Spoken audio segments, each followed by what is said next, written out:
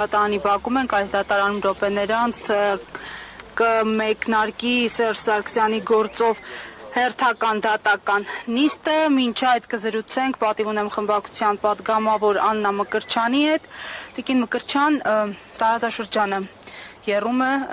բայց Փաշինյանը չի շեղվում իր կարևորագույն, այսպես ասած, առաքելությունից, հայ առաքելական եկեղեցու թիրախավորումից, հերթական գրառումն է արել, գրառումները տարբեր որակավորումներով, այդ թվում շատ մեղմ ասած հայհոյախառն։ Ձեր դիրքորոշումը արդյոք ադեկվատ է այս պահին իշխանության քաղաքականությունը ստեղծված իրավիճակում։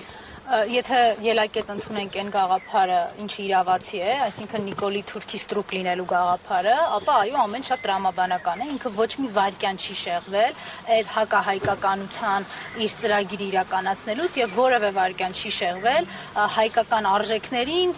հարվածելու իր հիմնական գաղափարից։ Մենք այսօր հակակոռուպցիոն դատարանում ենք հենց նաեւ այդ տրամաբանությամբ, որովհետեւ Նիկոլը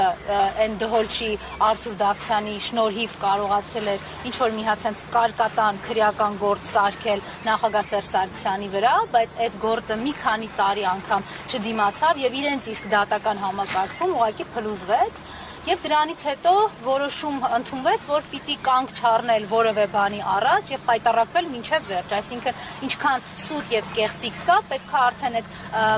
fake news-ի եւ perfect TV-ների էկրաններից բերել դատարան։ Միևնույն է Նիկոլի դատախազությունը եւ իրավապահ համակարգը չի տարբերվում ոչինչով իր Facebook-յան էջից եւ իր Facebook-յան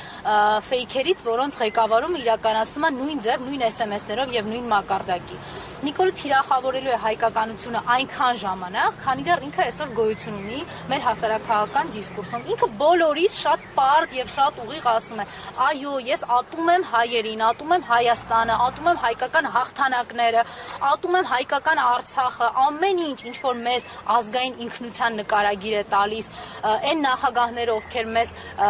պահել են տարիներ շարունակ անվտանգային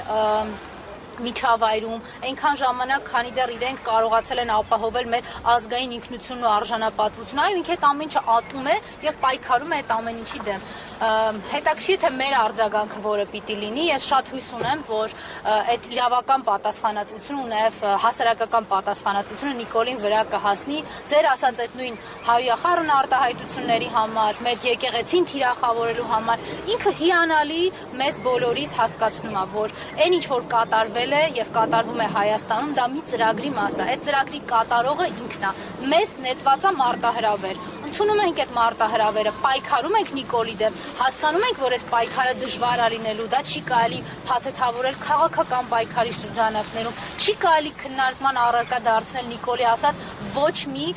ոլորտային հարց, կլինի դա եկեղեցու խնդիրների հետ կապ